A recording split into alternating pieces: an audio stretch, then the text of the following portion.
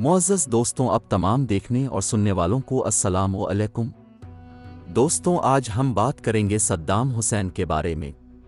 दोस्तों, सद्दाम हुसैन मुस्लिम तारीख़ का एक ऐसा बहादुर और निडर शख्स था जिससे यहूदी खौफ खाते थे और सद्दाम हुसैन का नाम सुनना भी पसंद नहीं करते थे। सद्दाम हुसैन अक्सर अपने दिए गए इंटरव्यूज़ में बताता रहता था कि मैं एटम बम अपने मुल्क के लोगों के लिए नहीं बना रहा, बल्कि ये मैं इसलिए बना रहा हूँ ताकि मैं यहूदियों को तबाह व बर्बाद कर दूं। एक दफ़ा सद्दाम हुसैन से मुताल्लिक इसराइल के वज़ीर दिफा ने कहा था कि ये एक पागल शख्स है जिसे ना तो अपनी फ़िक्र है और ना ही लोगों की। सद्दाम हुसैन कुफ़ार की आंख में आंख मिलाकर बात करने का आदी था और जब भी कोई यहूदी सद्दाम हुसैन को साजिश का हिस्सा बनाना चाहता तो उसे हमेशा ही शिकस्त होती। दोस्तों, यही वो हुक्मरान था जो एक खातून की फरियाद पर इसराइल पर हमला कर बैठा था और इसराइल के दारुल हुकूमत पर 40 मिसाइल दाग दिए थे। हुआ कुछ यूं था कि एक दफ़ा सद्दाम हुसैन की लाइव कॉन्फ्रेंस चल रही थी कि अचानक एक औरत चीखती चलाती हुई इसके सामने आकर खड़ी हुई और सद्दाम हुसैन को सख्त अल्फाज में मुखातिब करते हुए कहा कि इस्राएली फ़ौजियों ने मेरी बेटी को रैप का निशाना बनाकर कत्ल कर दिया है और तुम्हें यहाँ कोई फिक्र नहीं है और तुम ऐश व आराम की ज़िंदगी बसर कर रहे हो और उधर हम पर मजालिम के पहाड़ तोड़े जा रहे हैं। इस औरत ने मजीद कहा कि रोज़ाना हमारे घरों से इस्राएली फ़ौजी हमारी आंखों के सामने हमारी बहनों और बेटियों को अगवा करके ले जाते हैं, जिनको बाद में कत्ल करके फेंक दिया जाता है और हमारे छोटे छोटे बच्चों को सड़कों पर घसीट घसीट कर मार दिया जाता है। क्या तुम्हें इन औरतों, बूढ़ों और बच्चों की चीखें सुनाई नहीं देती जो रोज़ाना इस्राएली फ़ौजियों की गोलियों का निशाना बनते हैं? क्या तुमसे इन औरतों, बच्चों और बूढ़ों की चीखों का हिसाब नहीं लिया जाएगा? इस औरत की ये बातें सुनकर सद्दाम हुसैन रोने लगा और कहा कि अब इसराइल का कोई भी शख्स सुबह का सूरज नहीं देख पाएगा और जिस तरह यहूदियों ने हमारी माँओं, बहनों को रुलाया है, मैं इसी तरह उन्हें रुलाऊंगा और उनको तबाह करके रख दूंगा।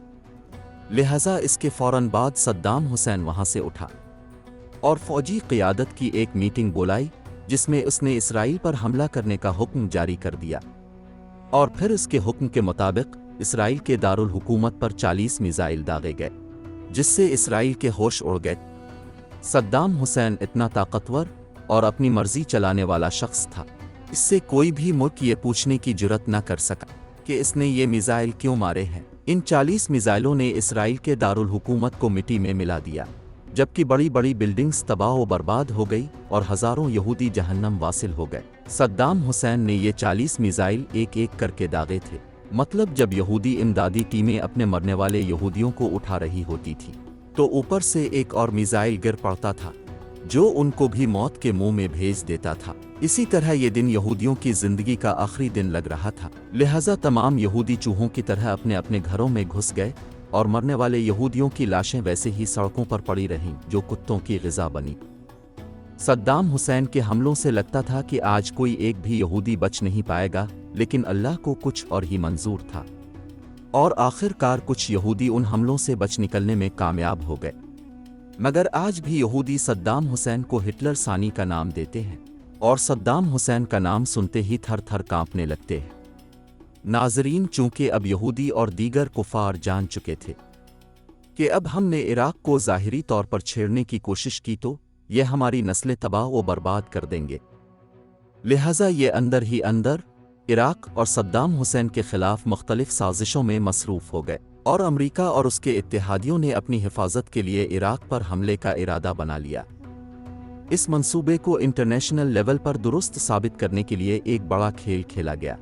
अमरीका, बरतानिया और उनके इत्तेहादियों ने सदर सद्दाम हुसैन और इराकी हुकूमतों पर बच्चों के हस्पताल पर हमला करने का इल्ज़ाम आयद कर दिया, जिसको साबित करने के लिए आलमी मीडिया के बड़े बड़े इदारों को अरबों डॉलर्स खिलाए गए और दिन रात साजिशी वीडियोज़ चलवाई गई।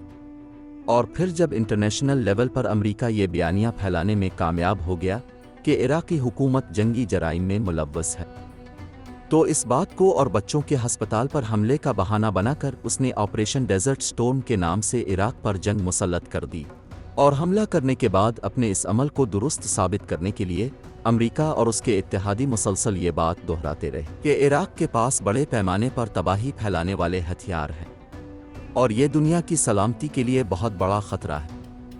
اس کے علاوہ عراق پر چوری چھپے ہتھیار بنانے اور حاصل کرنے کا الزام بھی لگایا گیا۔ فروری 2003 میں امریکہ اور اس کے اتحادیوں نے عراق پر دوسرا حملہ کیا اور عراق پر قبضہ کر لیا، لیکن اپنے کسی بھی الزام کو ثابت کرنے میں ناکام رہے۔ البتہ امریکہ اور اس کے اتحادی عراق میں اپنے فوائد کو تحفظ فراہم کرنے میں کامیاب ہو گئے۔ عراق پر قبضے کے بعد 14 دسمبر 2003 میں صدام حسین گرفتار ہوا، جس کے بعد اس پر 148 افراد کے قتل کا الزام لگا کر مقدمہ بنایا گیا اور عراق میں امریکہ کے زیر اثر عدالت میں صدام حسین کے مقدمے کی سماعت کا آغاز ہوا، جہاں صدام حسین نے اس عدالت کو ایک امریکی قبضے کا ہتھیار قرار دیا۔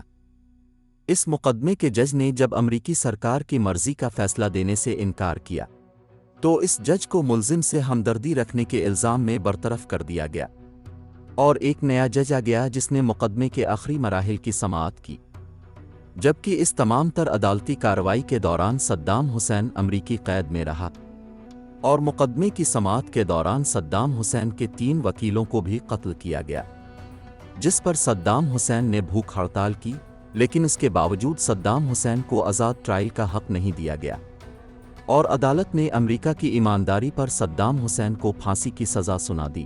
صدام حسین کو سنائی جانے والی پھانسی کی یہ سزا انٹرنیشنل لیول پر تنقید کا نشانہ بنی، لیکن امریکہ کے سامنے کس کی چلتی ہے، کیونکہ جس کی لاٹھی اسی کی بھینس۔ دوستو، امریکی قید کے دوران صدام حسین نے اپنے دن کیسے گزارے؟ اس حوالے سے اس کی نگرانی پر تعینات ایک امریکی فوجی کا کہنا تھا کہ صدام حسین بہت کم ہی کوئی شکایت کرتا تھا۔ کمرے کے باہر ایک کیاری تھی جسے وہ باقاعدگی سے پانی دیتا تھا۔ صدام حسین انتہائی بے خوف آدمی تھا اور موت کو تو وہ کوئی خوفزدہ کرنے والی چیز ہی نہیں سمجھتا تھا اور نہ وہ کسی پچھتاوے کا شکار معلوم ہوتا تھا۔ صدام حسین نے زندگی میں جو بھی کیا وہ صرف اور صرف اپنی عوام کے فائدے کی نیت سے کیا۔ دوستوں، اس نام نہاد عدالت کی جانب سے سنائی جانے والی سزا پر عمل درآمد کے لیے بھی قوانین کی خلاف ورزی کی گئی اور سوئے ہوئے صدام حسین کو اٹھا کر بتایا گیا کہ اگلے چند گھنٹوں میں اس کی سزا پر عمل درآمد کیا جائے گا۔ یہ خبر سن کر بھی صدام حسین مطمئن رہا اور آخری سفر کی تیاری شروع کر دی۔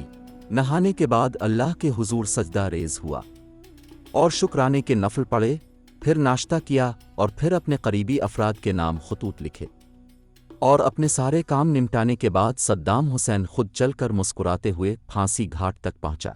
دوستوں، صدام حسین کے آخری وقت میں لکھے گئے خطوط میں ایک خط ایسا بھی تھا جو اس نے اپنی بیٹی کے نام لکھا تھا اور وہ خط بھی اب سامنے آ چکا ہے۔ پیارے دوستو، امریکہ کی جانب سے کیے جانے والے اس قتل کے عینی شاہدین کا کہنا ہے کہ ایسا معلوم ہو رہا تھا کہ جیسے صدام حسین کو موت کا خوف چھو کر بھی نہیں گزرا۔ 3 نقاب پوش جلادوں نے اس کے گرد گھیرا ڈال لیا اور تب صبح 5:30 بجے کا وقت تھا۔ بغداد شہر میں آذان گونج رہی تھی اور پھر پھانسی کے تختے پر صدام حسین امریکہ کے خلاف نعرہ تکبیر بلند کر رہا تھا۔ اتنے میں کوئی پھانسی کے تختے کا لیور کھینچ دیتا ہے اور پھر دشمنوں کی آنکھوں میں آنکھیں ڈالنے والا صدام حسین اپنی اگلی منزل کی جانب بڑھ جاتا ہے۔ دوستو، صدام حسین تو امریکہ کے ہاتھوں مارا گیا، لیکن اس کے بعد عراقی عوام کی بدبختی کا دور شروع ہوا اور آج بھی عراق پر کسی نہ کسی صورت امریکہ کا قبضہ ہے اور وہ عراق کی سرزمین اور لوگوں کو استعمال کر کے دوسرے اسلامی ممالک کے خلاف کارروائیاں کر رہا ہے۔ یہاں ایک بات یاد رکھنے والی یہ بھی ہے کہ کفار کسی بھی صورت مسلمانوں کے دوست نہیں ہو سکتے اور یہ قرآن پاک کا سیدھا سادہ اعلان ہے۔ جی تو معزز دوستو، یہ تھی ہماری آج کی ویڈیو۔ ہمیں ہمیشہ کی طرح آج بھی امید ہے کہ آج کی ویڈیو بھی آپ کو بے حد پسند آئی ہوگی۔ اب سے چھوٹی سی گزارش ہے کہ اگر آپ ہمارے چینل پر نئے ہیں تو ہمارے چینل کو ضرور سبسکرائب کریں۔ انشاءاللہ اب سے ملاقات ہوتی ہے اگلی ویڈیو میں، تب تک اپنا اور اپنے پیاروں کا خیال رکھیے۔ اللہ حافظ۔